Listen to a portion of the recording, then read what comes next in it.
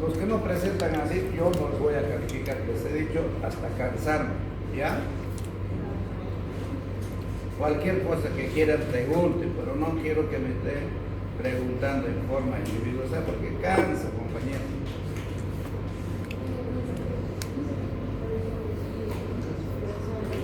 Vamos a tratar de un poquito de resumir y apurarnos un poquito. Bueno, habíamos quedado en, ¿cómo se llama? Un poquito de bioética, ¿verdad? Ya.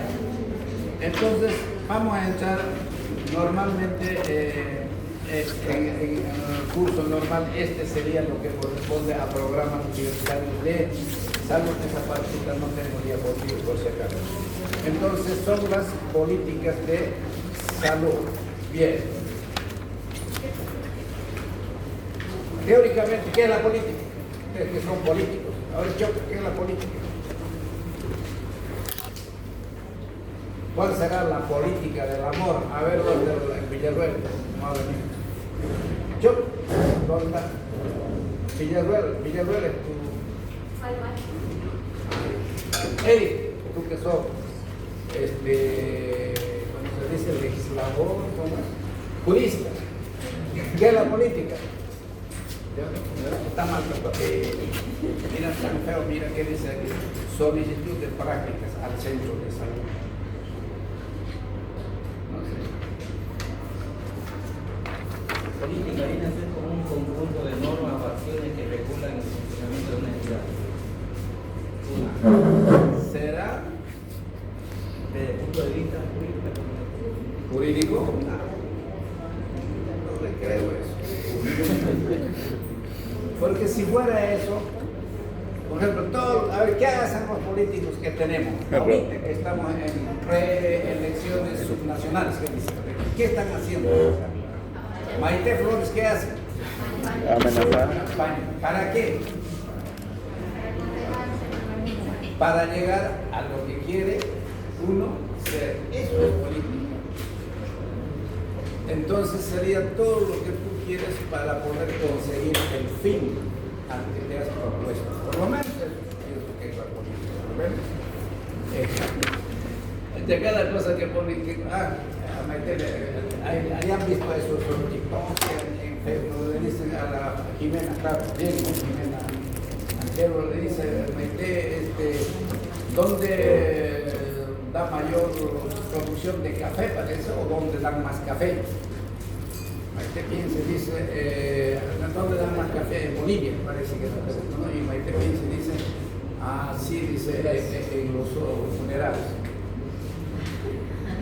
en los velorios, ¿no? En los velorios. ¿Qué cosa más? ¿Dónde producen más café o dónde dan más café? En los velorios. Por lo menos hubiera dicho aunque sea Santa Cruz, Chapare, bueno, ¿no? Hubiera sido más bonito Oruro. Después, ¿qué cosa otros han sacado ya? O sea, cada cosa también interesante, ¿no? Yo no sé quiénes serán los que tienen esas ocurrencias tan creativas. Realmente, claro, verlo es otra cosa, ¿no? Porque tiene mayor. También he visto uno en que la Jimena misma, pero ya con otra que hace el papel de Maite. Otra chica un poquito parecida, ¿no? Tiene ese estilo de hablar, todo también un chiste. Bueno. Entonces la política es para, o sea, aquí dice, es el arte de conducir para poder lograr un objetivo. Eso no es lo que hacen los políticos, tratar de conducirte a través de la campaña para que tú votes por ellos y consiguen su objetivo. En salud no puede ser eso, de ninguna manera, ¿no es cierto? En salud tendría que hacer tal vez el mismo, casi la misma definición, el arte de conducir, pero para lograr el completo, no para lograr beneficio personal, sino para lograr el completo bienestar, tanto físico, mental, social, de las personas, de la familia, si ustedes quieren, y de la población.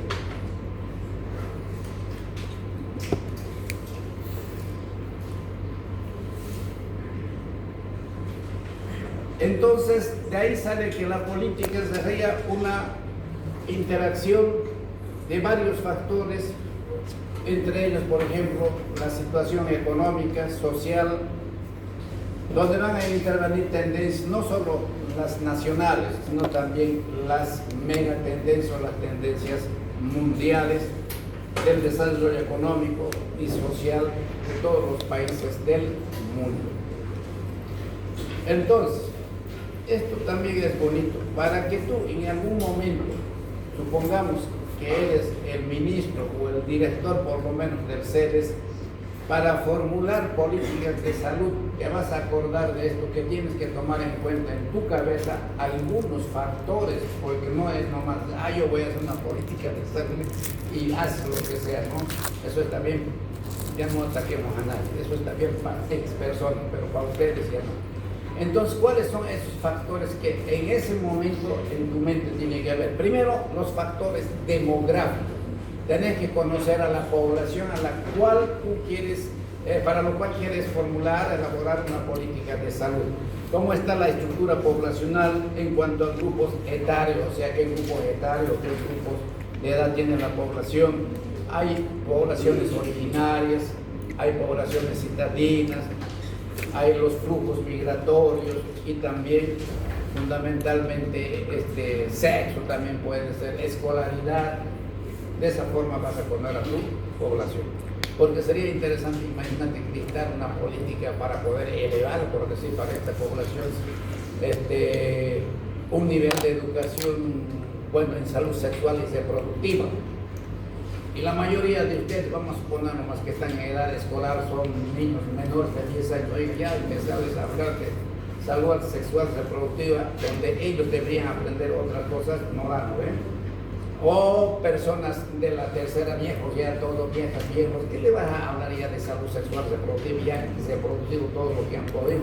Así que ya no funciona, ¿no ven? Entonces, por eso es importante conocer. Factores sociales, el empleo, o sea, ¿de qué trabajan o en qué trabajan?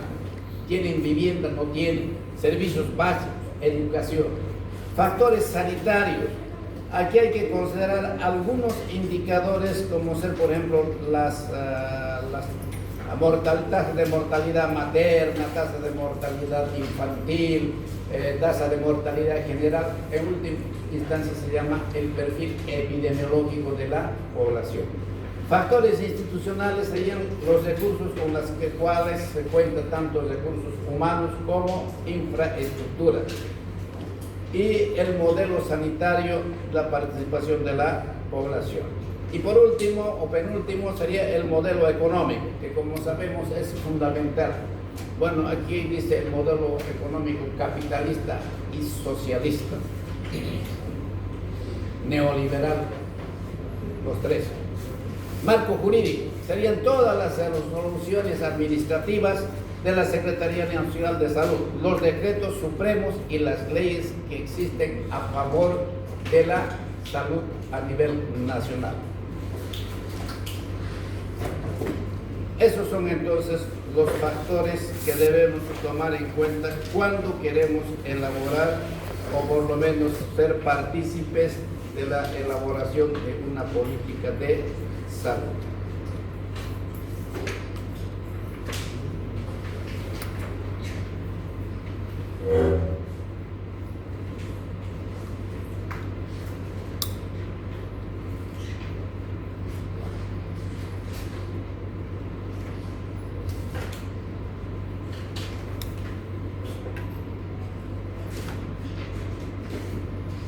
Después de eso viene, tal vez dicen ustedes que ya no es necesario, pero creo que no más es importante, ¿no?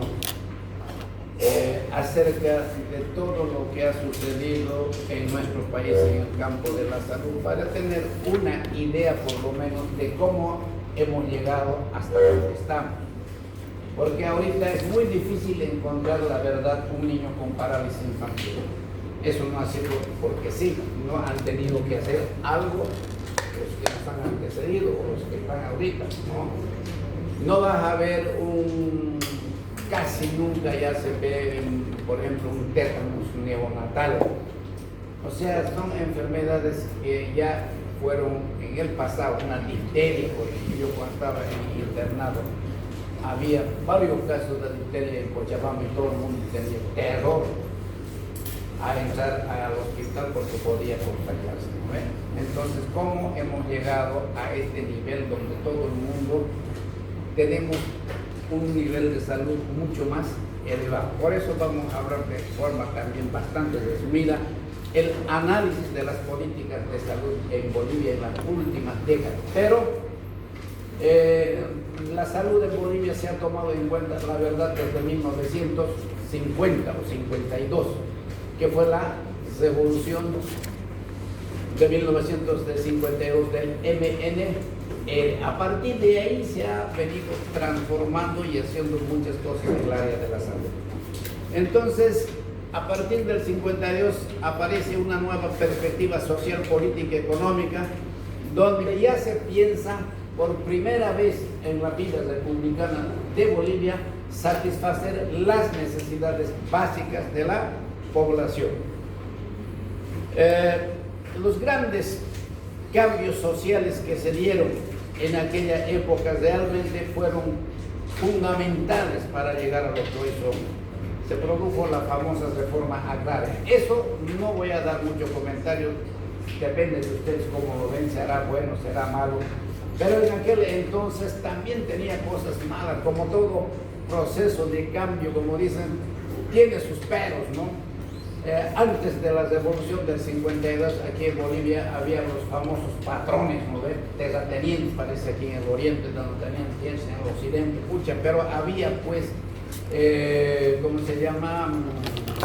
Producción agrícola, había producción de fruta, o sea, era una cosa maravillosa. Claro que el que se beneficiaba en mayor porcentaje eran los patrones, los terratenientes, y el pueblo, como se dice, simplemente eran los llamados pongos o sirvientes, en otras palabras. Pero ahí, cuando vino la reforma agraria, como decían, ¿no ve? La tierra es de Jingo, trabajo. Su pretexto de eso, toda la gente agarró y a los patrones los colgaron de las orejas.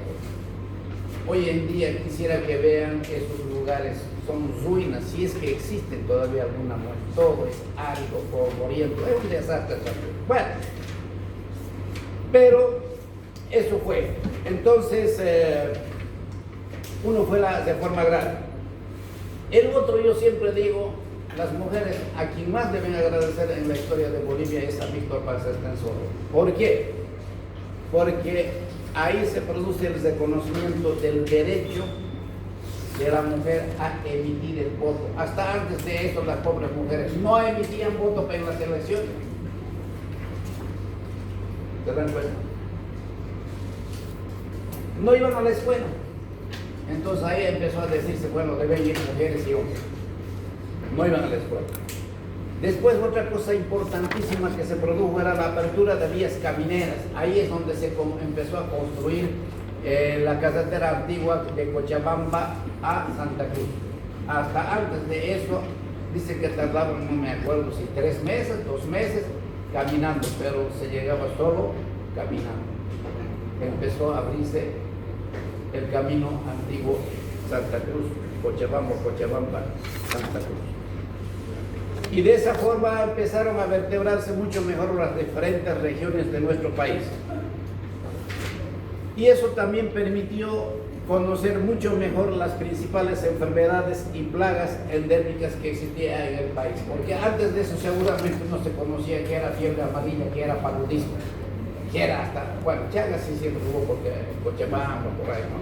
Pero paludismo, fiebre amarilla, principalmente enfermedades tropicales.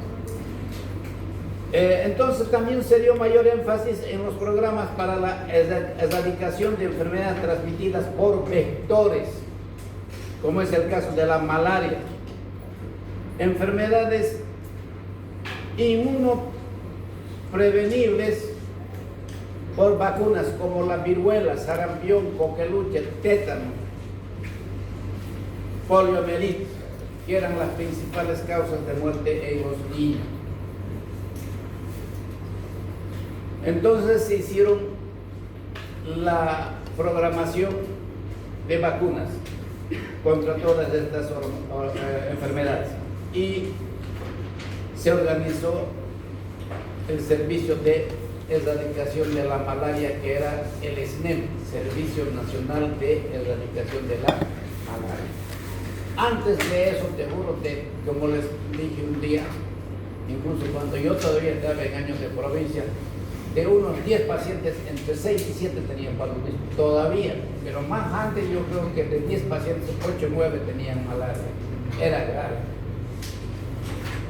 Después de eso, que yo ya lo he vivido, y me acuerdo, viene la gran época, digamos así, del famoso oscurantismo en el campo de la salud. Vienen las dictaduras militares. Yo, en mi formación, sufrí 2 años de clausura de la universidad. Porque lo primero que cuando entraba un ministro al gobierno, se da la universidad, porque ahí estaban los grupos más renegados, más subversivos, hacían manifestaciones que bueno, entonces, ni bien subía, clausurado. ¿Cómo se llama? Hugo Banzer, también más antecitos, ¿cómo se llamaba? Luis Arce. ¿Qué se llama más antecitos de Hugo Banzer? No me acuerdo quién fue más antecitos. También clausuró la universidad. Entonces, ahí lo único que se hacía era atender las emergencias y los desastres naturales y la hospitalización. Todo lo que se viene en el MNR, como dicen, se lo mandó, se acabó aquí. Solamente se atendía un poco de hospitalización y atención de desastres naturales y un poquito de vacunas, no fue más. Porque los ministros que colocaban los gobiernos milicos, obviamente eran milicos. ¿Qué sabe un milico, con los respetos que se merece, por ejemplo, de salud? Un coronel, ministro de salud, ¿qué les parece? Y no era uno, hartos años han sido coroneles, generales, ministros de salud. Cuando ni los propios médicos saben manejar el peor era un médico, ¿no? También yo creo que habría ministros de justicia, ministros, me imagino que sí había, por seguridad. Yo me acuerdo,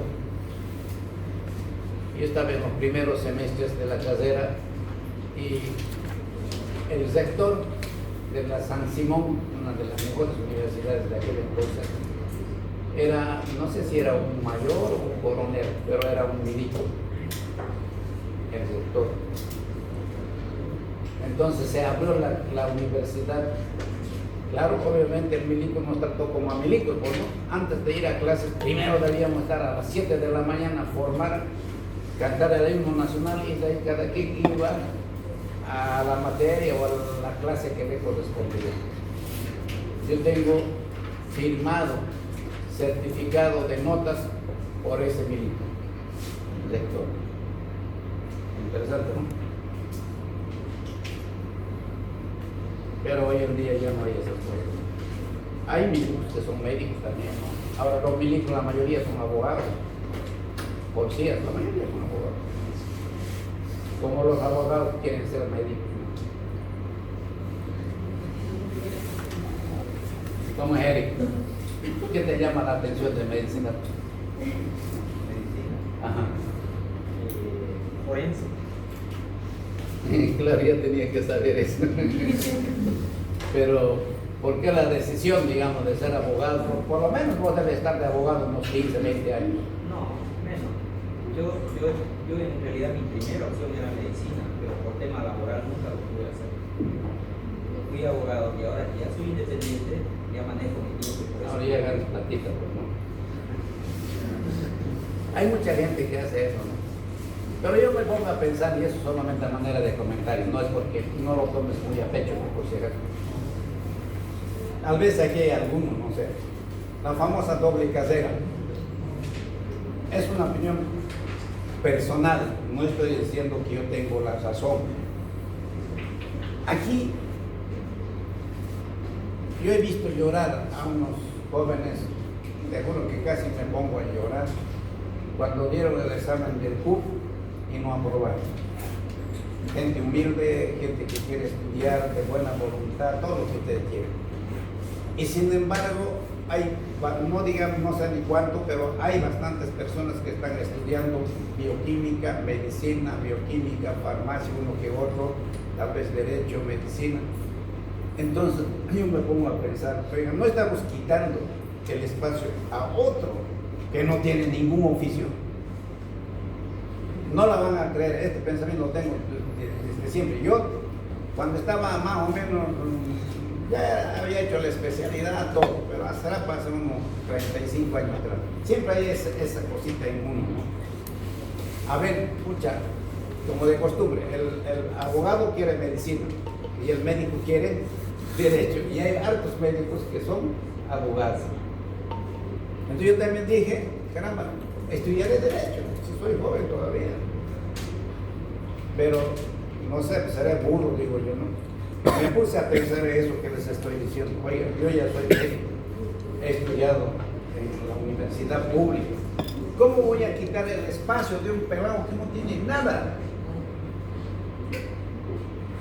Porque yo podía entrar, porque yo he estudiado en la San Simón, aquí a la Gabriel sin ningún problema, ni examen, nada. Yo directamente entraba como estudiante de Derecho. Bueno, entonces dije eso, mejor no, ¿cómo voy a quitar el espacio? Y me fui, si quieren se lo digo, a la Domingo Sabio. Como tenía, como él dice, algo de platita ya, dije, mejor voy a ir a una privada. Metí $100 al bolsillo, me voy a inscribir y me vine a echarlo por todo. Me quisieron pelar solo para inscribirme $200 o $300. Me cogieron. Ahí lo dejé y nunca más hice el intento de quiere estudiar. Entonces, ese es uno. Otro, ni medicina sabes, crees que vas a saber otra profesión más. Ahora, si son abogados, sí, yo pido disculpas por si acaso. Tal vez no sabes ni derecho y vas a querer ser médico más. No sé, ¿no? Yo no soy, yo solamente soy médico, por si acaso. Entonces son esas preguntas que me hagan. Doctores que se deben complementar en algunas áreas, como dice el forense, lo que sabe de derecho, como medicina, debe complementarlo bien. Sí, esa sería una explicación bastante buena, ¿no? Por ejemplo, a ver, ya, no para otra carrera, ponemos, digamos, dos materias aquí, histología y fisiología. Son materias tan relacionadas, ¿no?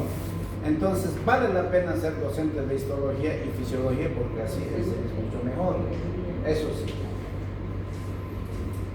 Pero ahí va eso que les digo. ¿Y cómo hago que lo que he quitado el espacio a otro pelado que quiere estudiar? Porque ustedes saben que aquí se dice van a entrar 400 y no es más 400. 10 vamos a suponer, 10 son de traspaso para doble carrera. O sea que menos 10 postulantes a carrera de medicina no van a entrar porque hay los otros 10 de otras carreras que vienen a estudiar. Quizás lo mejor no sea llevarlas a la par, porque yo concuerdo con usted, doctor, que creo que se llevan dos cosas que son la carrera de medicina es pesada. Me imagino que cualquier otra carrera es pesada si uno la quiere estudiar bien, aprender bien. Entonces no creo que sea lo mejor llevarlas en paralelo, pero sí opino que si la persona quiere estudiar una vez que terminó algo, puede, digamos. Ahí sí ya no estaría como quitando el lugar a una persona que... A ver, ¿para qué hay las especialidades? Digamos, yo soy médico general, yo quiero ser forense, no soy abogado, pero quiero ser forense.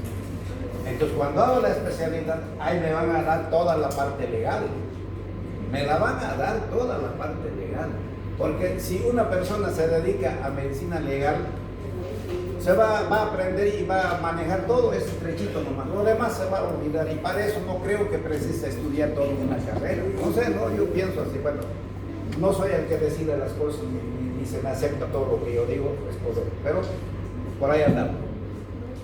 Quiero saber una cosa. A ver. Por ejemplo, el profesional que sale de la Gabriel hace excepción de prueba y no le quita espacio a nadie. En el caso mío, yo no hice eso. Yo hice el grupo, entonces yo entré por mérito, no entré quitándole el espacio a alguien. Eso es otro baile. Eso es otro cuento, ¿no? Porque si el estudiante que usted dice que merecía estar aquí, Claro, obviamente. no, Ya. ahí es otra la historia. ¿Por qué? Porque si uno quedó sin su plaza es porque tal vez le faltó estudiar, pues, ¿no? Entonces ahí sí. Pero los que directamente se meten a la carrera, no sé cómo se llama eso. Sección de pruebas, pero ellos no ven un parte, no le Por eso, pero a esos me voy yo. A los que ya no dan examen del BUC, no dan nada, directamente se inscriben en la carrera paralela. carrera paralela, sí. Bueno, ahora hay una cuestión, ¿no? No todo debe ser malo también, ¿no? También debe tener algunas cosas buenas, me imagino, ¿no? No sé, pero cada quien, como dicen, lo toma como quiere y piensa como puede. Entonces, nos hemos pasado de los gobiernos milicos, ¿no ve? Ahora, después de eso, de los gobiernos milicos, ustedes vieron, si yo fuera diputado, sí, porque Cantinflas, eso es como, han debido ver. No sé si será esa la película, pero no es, están, no sé, pues un congreso, una reunión, no sé qué, muchos representantes de países del mundo, en una asamblea, no sé, en México, no sé dónde, ¿no? Incluso el cambio en el nombre del país de los focos, no sé qué poder ponen, ¿no? Pero mientras estaban queriendo cenar todos, viene un tipo, y el que estaba, por decir, de... Ayúdenme pues, acuérdense, cómo era el plenipotenciario, pero el nombre que era, no se acuerdan de eso. Ya digamos, ministro, listo, un ministro. Mientras él estaba dando su discurso, termina de dar el discurso y viene, por decir, el secretario y a su oreja nomás, y le entrega un papelito. El tipo lee y dice, por decir, el gobierno de tal persona ha sido depuesto. Ahora el nuevo ministro es tal persona. El tipo se retira y le pasa al otro que estaba ahí. El otro se levanta, así dice mi compadre que esto empezó a tomar el poder, ahora yo soy el ministro. Cambian las fotos, todo. Estaban empezando a querer cenar otra vez en el oído y otro papelito. Así sucesivamente se cambió en menos de una reunión, porque no sé, y es claro que es una película un poco exagerada, ¿no? Pero parecido sucedía en aquella época en Bolivia, a veces medio año, a veces un año, tal vez 2 años, el que más grupal es que fue Banzer, ¿no? Entonces eran los famosos golpes de Estado. Pero, como dicen, se recupera la democracia con el gobierno del doctor Hernán Siles Suazo, 1981-85, donde se inicia el periodo democrático bajo la presidencia del doctor Hernán Siles Suazo, que era el líder de la Unidad Democrática Popular. Ahí sí entró, dicen, ¿no?, que era el mejor ministro de la historia de Bolivia, que era el doctor Javier Torres Goya.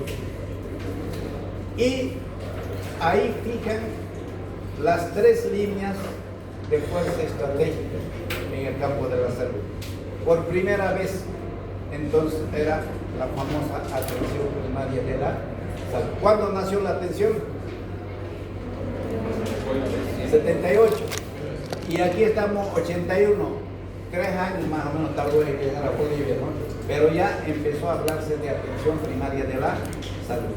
Se pensó hablar de la participación popular, hoy en día presente y está vigente, la ley de participación popular. Y la regionalización, no sé, a ver, Eric, ¿me ayudas? La regionalización, no sé si estoy bien yo, pero creo que tiene que ver algo ahora de lo que llamamos las autonomías, porque empezaron a pensar de que cada región debería empezar a manejar sus recursos para una mejor administración. Bien. Los instrumentos para la operativización de la política de salud fueron el PIAS. Eso yo les comento porque yo lo hice, el PIAS. El PIAS se llamaba el Plan Integral de Actividades en Áreas de Salud. Estaba 6 meses de médico en año de provincia y lanza en el gobierno que debemos hacer el PIAS, ese plan integral de actividades en áreas de salud. Era una especie de preparación en salud pública para los que trabajábamos en años de provincia. Entonces ahí, como siempre, nos salió la noticia de que no hace días fuera del centro de salud. Entonces me vine a Cochabamba un mes a hacer el pie. Oiga, ¿cómo es? No? Eso yo les digo, ahorita ustedes de salud pública, si se atrasan, saben. Tienen idea, la verdad. En aquel entonces no se sabía nada de salud pública, ¿saben? Nada, porque ahora pues hasta en las 10 años todo falseaba, pues. Y en este curso empezaron a hablar de lo que es la salud pública. Miércoles, yo absolutamente no aprendí nada. Yo no sé cómo aprobé porque el examen yo creo que es puro copia. Hay que ser honesto, ¿no? Yo lo aprobé. Yo donde aprendí algo de salud pública fue cuando hice la especialidad en salud pública en Río de Janeiro. Y de ahí vine a trabajar aquí trabajando, ya ahí sí. Bueno, y ahí también nacen los famosos comités populares de salud. Ahora se llaman comités responsables populares de salud, parece. Después de eso viene el gran Víctor Paz Estenssoro, otra vez, 85-89, que sabemos que era el famoso líder del MNR. Ahí se establece el Plan Global de Salud, que tenía 2 periodos de implementación. El primero era el Plan de Acciones Inmediatas 85-87 y el Plan Trienal de Salud 87-89. Se caracterizó fundamentalmente por dar énfasis al desarrollo de programas subvencionados por la donación de alimentos como incentivo, por ejemplo, para la atención prenatal, como el otro día les dije, en los clubes de madres, aceites, azúcares, fideos, esas cosas, ¿no es cierto? Ya, entonces aquí se realizó la reestructuración del sistema de salud mediante la otorgación de créditos por parte del Banco Mundial. El Banco Mundial dio créditos para que se utilice en el campo de la salud. El Banco Interamericano de Desarrollo, el BID, que actualmente está el presidente del BID, ¿no ve? Que ha dado una, ¿cómo se dice? Que ha dicho que va a dar, ¿cuánto? 4.000 millones de dólares. ¿Así es? Así es, ¿no ves? Por eso a pobre tipo, no le digo gringo porque había sido israelí, educado en Brasil. Todo el tipo le están poniendo alfombra roja donde camina. Alfombra. Se inició proyectos dirigidos a la atención materno-infantil. Ahí empieza a darle mayor énfasis al binomio madre-niño, principalmente en las áreas rurales de algunos departamentos. También ahí se establece el plan trienal, el plan integral de actividades en áreas de salud, que se emplaza al PIAS, se llama PAS, plan de actividades en áreas de salud, que se emplaza al PIAS.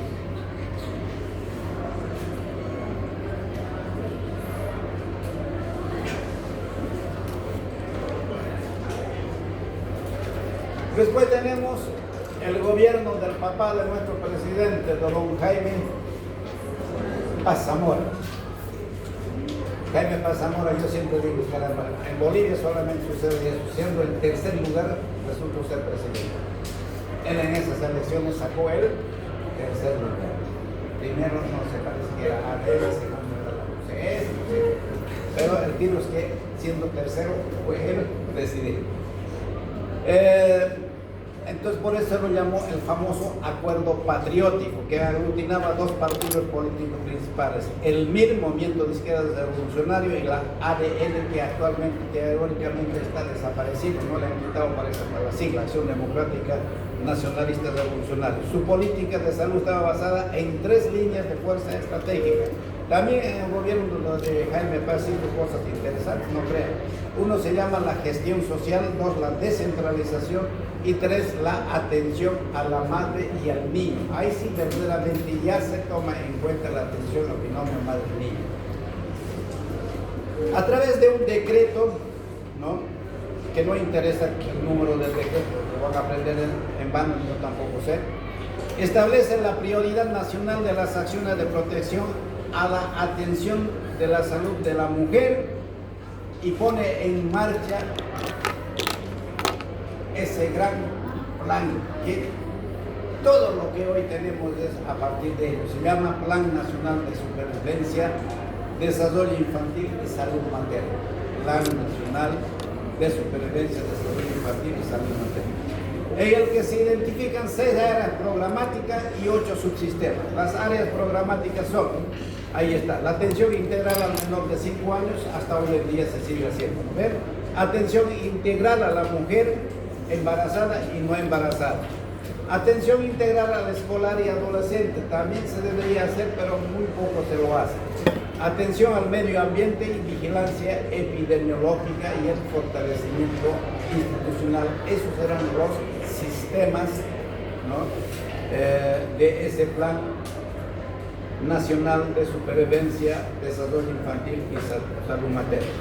Los subsistemas eran la administración financiera, información y vigilancia, control y mantenimiento, suministros e insumos, investigación y salud, recursos humanos de referencia y resolución. ¿Cuáles fueron las fuentes de ingreso económico para el desarrollo de todos estos planes? Hasta ahorita sigue el PROIS, en el CEDES, PROIS, Proyecto Integrado en Áreas de Salud. También está el PSF, que es el Programa de Salud Familiar. Y el Fondo de las Naciones Unidas para la Infancia, la UNICEF.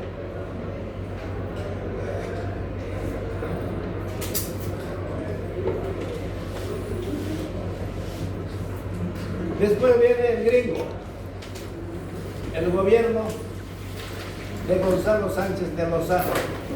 Como ven, todos los gobiernos han hecho algo, tampoco no ha sido todo negativo para todos, ¿no? 1993-97, formado por la Unión de Políticos como ser del MNR, el Movimiento Bolivia Libre, la UCES. Hay un detalle fundamental en esta época, es porque se realiza la reestructuración del Poder Ejecutivo. Entonces el ministro de Salud depende del Ministerio de Desarrollo Humano, o sea, desaparece. Esta reestructuración es sustentada con la promulgación de 4 leyes fundamentales, que es uno, la ley de participación y la ley de centralización. A su vez, estas leyes estarían relacionadas en el logro de un objetivo común, que sería alcanzar el desarrollo deseado y beneficiar sobre todo a la población que vive en condiciones extremas de marginación y de pobreza. De estas leyes, lo más que nos interesa es la ley de participación popular. No está toda la ley desarrollada, pero lo más sobresaliente en el campo de la salud. A través de esta ley de participación popular se crean las famosas OTBs, que son las organizaciones territoriales de base, con derechos y obligaciones. Se transfiere, miren, desde esa época ya, a los gobiernos municipales a título gratuito toda la infraestructura física de los servicios públicos. Por eso el hospital se llama Hospital Municipal San Juan. Ahora, como es Hospital Municipal Universitario San Juan de Dios, si es que no me equivoco, así se llama. Se amplían las competencias municipales para administrar, equipar, fiscalizar, supervisar el manejo, obviamente, de los hospitales, porque ya depende de los municipios, ya no depende del gobierno. Por eso, entonces, se amplía esas competencias y además ellos podrán cambiar o implementar el personal. Y por último, se otorgan recursos financieros a los gobiernos municipales provenientes de la coparticipación tributaria para ser utilizados en salud, educación, deporte, microriegos y caminos vecinales. Listo.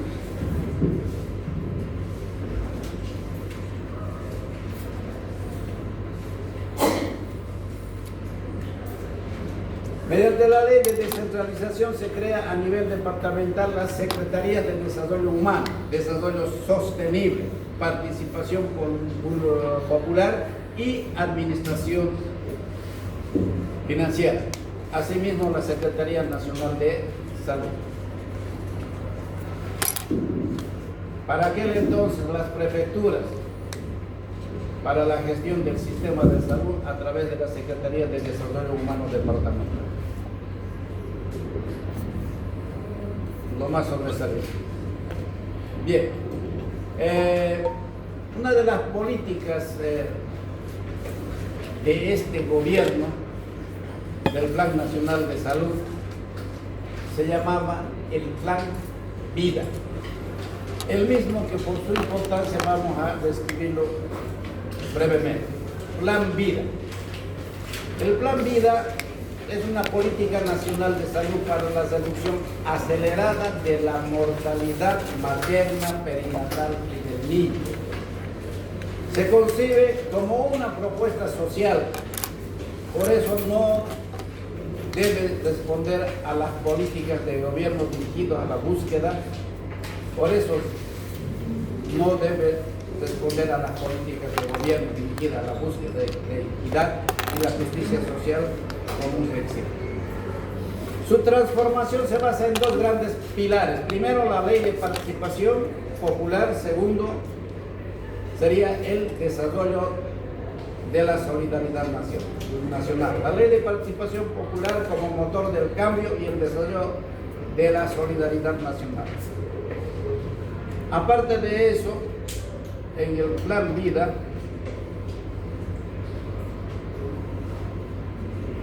se realizó el mejoramiento de la calidad de la atención, lo cual supone contar con recursos físicos, financieros.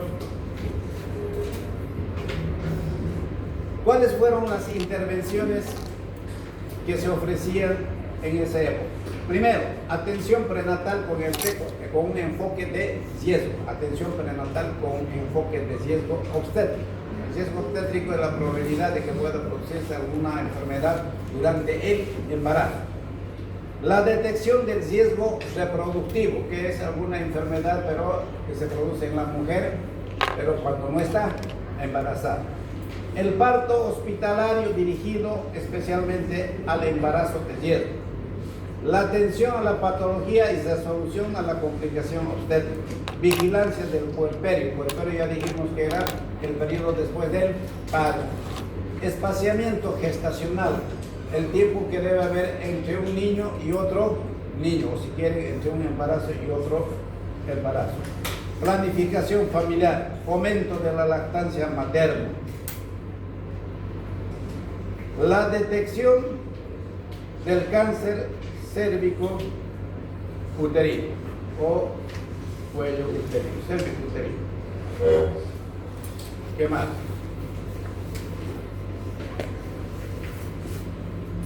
Entonces el Plan Vida sería una interacción sistemática de intervenciones tanto técnicas, sociales, para superar la actual situación de salud que tiene la población boliviana.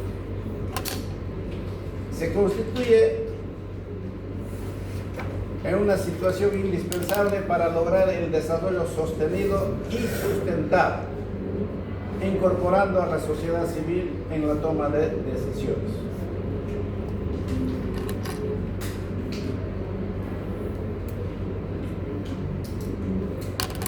Metas del Plan Vida. El Plan Vida pretende reducir la mortalidad materna infantil en 50% y la mortalidad perinatal en 30%. Estrategias. La política del Plan Vida es permitir el acceso sin restricciones a los servicios de salud materna y del niño, alimentación de mujeres y niños y la planificación familiar. Las leyes de capitalización, participación popular constituyen los lineamientos estratégicos del plan. La capitalización dicen que ha sido una tomada de pelo, ¿no ve? Porque teóricamente en un principio cuando se realizó la capitalización, en aquella época toda la población estaba harto de las empresas públicas, porque todas estaban quebradas, o sea, uno estaba cansado. Por eso cuando el gringo capitalizó nadie dijo nada. Pero dicen que la capitalización era, ¿cómo? Claro, 51% para nosotros, para el gobierno, y 49% para el capitalizador, para el privado. Pero ahí dice que está la tomada de pelo, que no fue así. Que más bien parece que fue 50%. Entonces, de esa forma muchas veces el privado se adueñó de nuestras empresas. No sé. Después de él, del Goni, viene el general Hugo Banzer Suárez.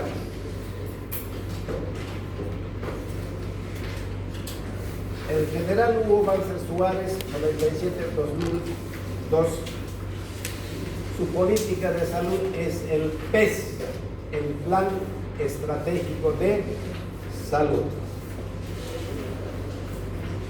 El Ministerio de Salud y Previsión Social se llamaba antes, no era Ministerio de Salud y Deporte. En una alianza estratégica de los bolivianos en su lucha contra la pobreza, va a tener la siguiente visión. Primero,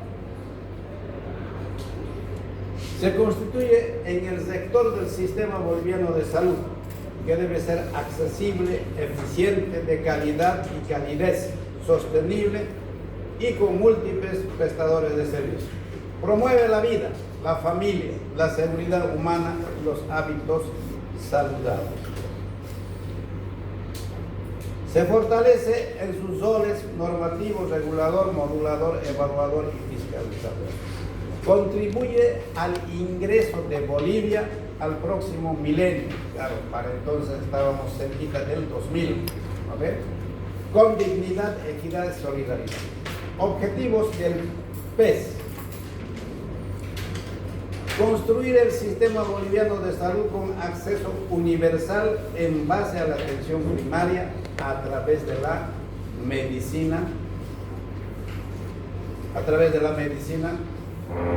familiar y comunitaria. Seguro social a corto plazo. Promoción del municipio saludable, la carrera sanitaria con participación y control social. No sé si se escucharán, pero se dan cuenta, todo lo que se ha hecho en estos últimos 20 años, casi siempre ya estaba hecho el famoso control social. Desde la época de Banzer ya se habla de control social. No hay casi nada nuevo. Le han cambiado algunos nombrecitos y se acabó. Pero algo han tenido que hacer. La carrera sanitaria también es importante. Hoy en día tú, si trabajas más de 5 años, ya se llama institucionalización, ¿no? Tu cargo ya es institucionalizado, quiere decir que a usted no le saca nadie, entre 500. Entonces eso es una carrera sanitaria. En cambio antes el gobierno que entraba vaya con todos fuera, y los adeptos del nuevo gobierno entraban a la pega. Pero empezó a hacerse la famosa carrera sanitaria, con participación y control social. Es un proceso de reforma que culmine con la ley de salud, convirtiendo las políticas del sector real y efectivamente en políticas del Estado. Y por último, principios del PES. Entonces, el PES se constituye en el pilar fundamental para mejorar la salud y la calidad de vida de los bolivianos. ¿Cuáles eran los pilares del modelo de atención del PES? Acceso universal. Para ellos desde entonces no se dice que hay preferencia por la universal para todo el mundo. La medicina familiar y comunitaria. Se maneja el escudo epidemiológico. También ahí empezó a manejarse el famoso seguro básico de salud. Entonces los seguros también han ido evolucionando desde aquel entonces: seguro básico de salud, el seguro universal materno infantil, el seguro del adulto mayor, hasta que hoy en día ha terminado en el sistema único de salud o seguro único de salud, que es el SUS. Seguro social de corto plazo de servicio. Programas prioritarios de salud, lo mismo casi de lo que ya se hizo con el CAI.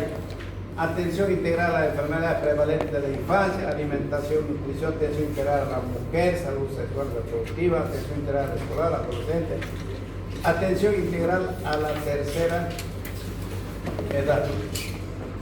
Atención y prevención de la violencia familiar, salud familiar, hábitos y estilos de vida saludables, salud ocupacional, salud oral. Bueno, ya, eso lo leemos, María, porque todo esto no está repitiendo.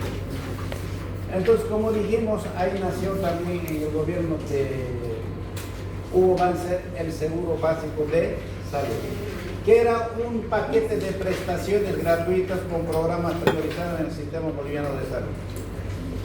¿Cuáles eran las ofertas del seguro básico de salud? De una forma muy grande, era consultas médicas, medicamentos, exámenes de laboratorio, hospitalizaciones, cirugías, algunas, no todas, ¿no? Y cesáreas. Claro que hoy en día ya casi todas, menos la cirugía plástica. ¿No ven? Prestación para los niños y niñas menores de 5 años, ya lo hemos mencionado. Para la mujer también. ¿Para qué no va a complicar la vida?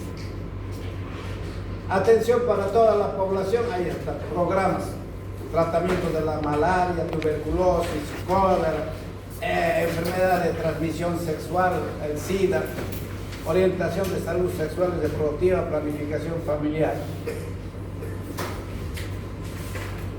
Bien, estos datitos que se muestran en lo que dice en ese pequeño subtítulo, mortalidad infantil en Bolivia, ya un poquito está desfasado, ya no son los que están como aquí. Ahí simplemente hacemos comentarios, por ejemplo, de la tasa de mortalidad infantil. Aquí dice 131, pero será en Santa Cruz, pero en el departamento de Potosí es mucho más alto todavía.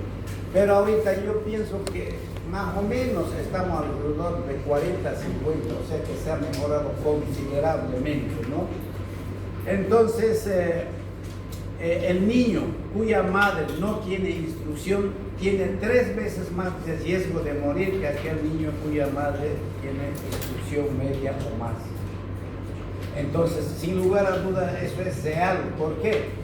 Porque ahora, ¿qué mujer que se embaraza no ha ido por lo menos a la escuela? Casi todos, la mayoría, bachiller, ¿no ves? Entre 1989 y 94, la proporción de mujeres en edad fértil, ¿no?, sin instrucción, perdón, se ha alocado mi computadora. Entonces, entre 1989 y 94, la proporción de mujeres en edad fértil sin instrucción bajó, dice, de 18 a 12%. Una preguntita, estaba... No hay. Entonces, sí, ha disminuido la fertilidad en las mujeres, obviamente también ha disminuido la mortalidad infantil, ¿no? Porque ahora yo les aseguro de ustedes, por ejemplo, yo creo que debe haber alguna o alguno que otro que va a tener 3 hijos, pero nadie quisiera tener ya 4, estoy seguro de eso. Menos era así. En cambio, antes de eso, lo mínimo que había, yo creo que era unos 6. ¿A ver? También había una diferencia muy grande entre los hijos de madres que no recibieron atención prenatal, ¿no?, en relación a las mujeres que sí tenían atención prenatal. Por ejemplo, de las que sus mamás no tenían atención prenatal, tenían una probabilidad de morir antes de cumplir el primer año de vida, casi 3 veces más que los nacidos de mujeres que hacían control prenatal.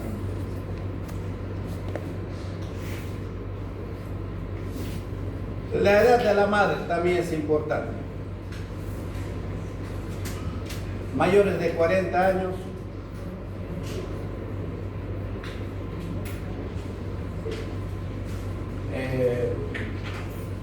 hoy en día ya es muy raro que una mujer tenga los 40 años o más, ¿no? Los únicos que tienen a los 40 años son los médicos. Claro, porque ustedes van a envejecer en la medicina. Van a salir, de ahí van a estar hueseando unos 2, 3 años, van a hacer la especialidad. Fácilmente van a llegar a unos 32 años. Hasta que pillen 35. Ya estamos cerca de 40.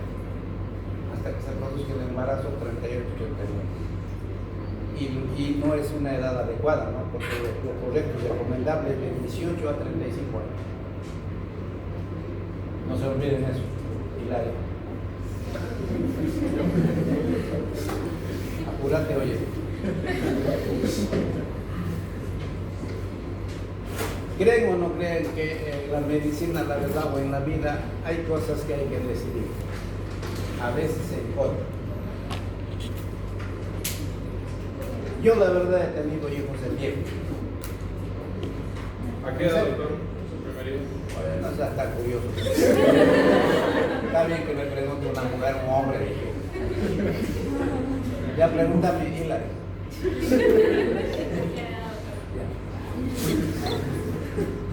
¿Cómo no?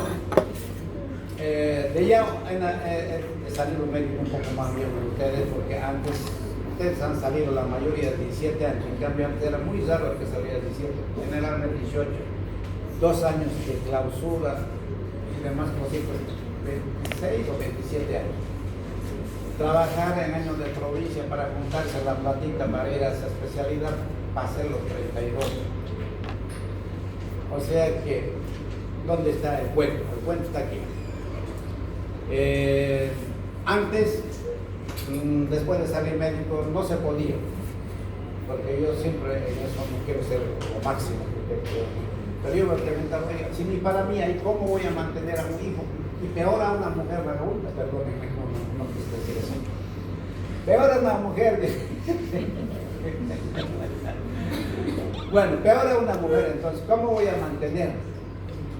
Ya, trabajé, no tenía platita. Había la mujer. Y después estaba en provincia, ganaba bien, me iba bien, feliz de la vida. Pero yo quería hacer especialidad. Entonces él decía, incluso ya me quería que me case. Muchas, si no hago la especialidad, aquí me quedo, como había médicos que estaban ahí. Me quedo, hago mi familia y ahí, aquí acabó mi vida como médico. Ahí está la cosa. Decidí por la medicina. Dejé el lugar tan bonito que ganaba buena platita, dejé a la pelada y me fui a hacer especialidad. Me fui, o sea, mi decisión fue por la medicina. Pero perdí la familia, como se dice. ¿Por qué? Porque nunca fue mi mujer la que no quiero decir que nunca estuve, sino nunca me casé con ella. Y ahí me he perdido el Río de Janeiro más de 3 años. ¿Y quién espera 3 años? Nadie. Entonces ahí yo llegué a unos 35, 36 años. Y a veces las cosas no son como uno cree, ustedes dirán que viene a contar su vida. Llegué, claro, ya había hecho la especialidad, ya estaba de nuevo aquí. Entonces venía la otra, que era casarse por él. Entonces la primera que pasó por él y yo. Casémonos. Ahí tuve mi primera. Pero no funcionó, bueno, porque no era como aquella otra persona que yo había dejado. A veces por eso les digo, si yo decidía casarme con ella, hasta ahorita estuviera en ese lugar. Tal vez económicamente no mal, pero profesionalmente cero, bueno. Pero ahora profesionalmente he logrado algo, pero un poco he perdido en la parte familiar, digamos. porque no me fue tan bien, porque muy desesperado llegué y de verdad, por decir algo, la primera que pasó en casa, no pues porque fue mala mujer ni nada, sino son cositas que siempre hay que tener.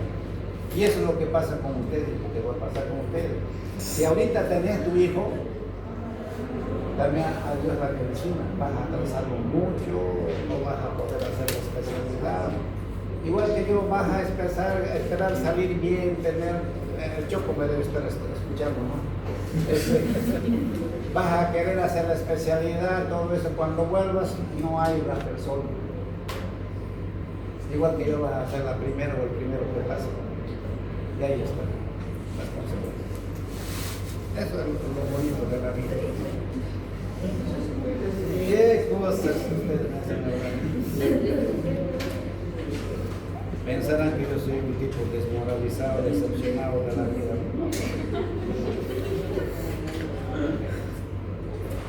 Aquí dice, por ejemplo, en DASA, Encuesta Nacional de Salud, del 94, la mortalidad infantil de 1 a 4 años bajó de 57 a 44 por 1000.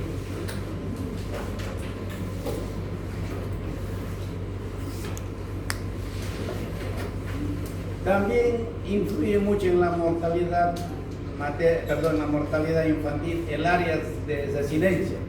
La mortalidad infantil urbana ha descendido en un 23% entre el 84 y 94. En cambio, la rural solamente de 92 a 50.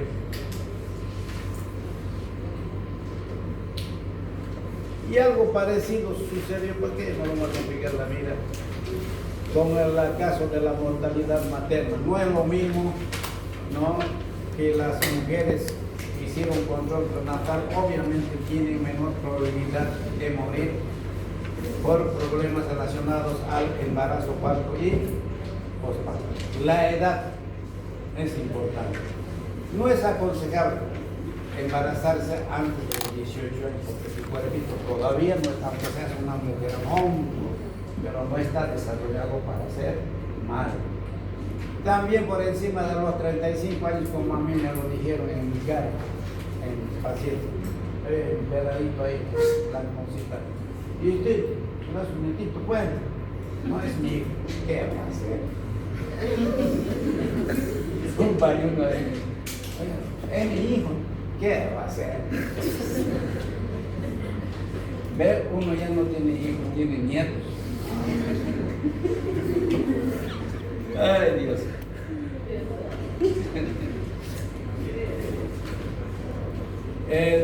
Dice que el momento del fallecimiento de la madre indica que el 62% ocurrieron durante el embarazo y el 23% durante el parto. ¿Se dan cuenta cuán importante es tener control prenatal y un parto institucional, un parto en un servicio de salud? Bien. Sistema Nacional de Información, el SNIS, pero escucha, no tengo pañuelo ahora, me prestan, me hagan recordar, me han hecho recordar mi vida. La chirita. Me han hecho recordar mi vida, ustedes son malos. ¿Por qué no dicen, doctor, por favor, avancemos? ¿Qué tal tanta cosas? ¿No ven? Oye, esta la tomó y qué tremenda. Ay, no, qué suena. Mentira, papito, llama a tu papito. Voy a tomar agüita ya.